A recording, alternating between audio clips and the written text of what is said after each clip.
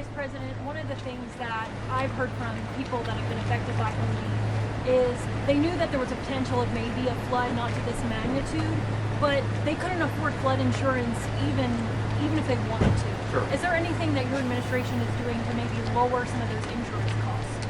Well, first of all, as the governor said, the most important thing that we're doing is trying to pick up and fill the gap where the insurance isn't necessarily available.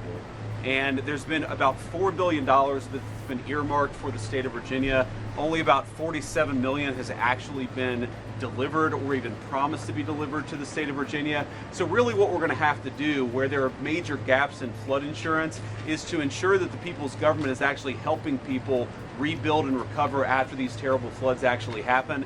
Yes, there are things that we can do to make flood insurance more available. I think there's some regulatory changes that we can engage in, but the most important immediate thing that people here need is help recovering, help rebuilding, and that's what we're going to do. The basic thrust of Donald Trump's administration, whether it's defense policy to helping people in Damascus, is we're putting people over bureaucrats. The bureaucracy has for too long stood in the way of the people's business. That's going to stop, and we're going to fight to make sure it stops every single day.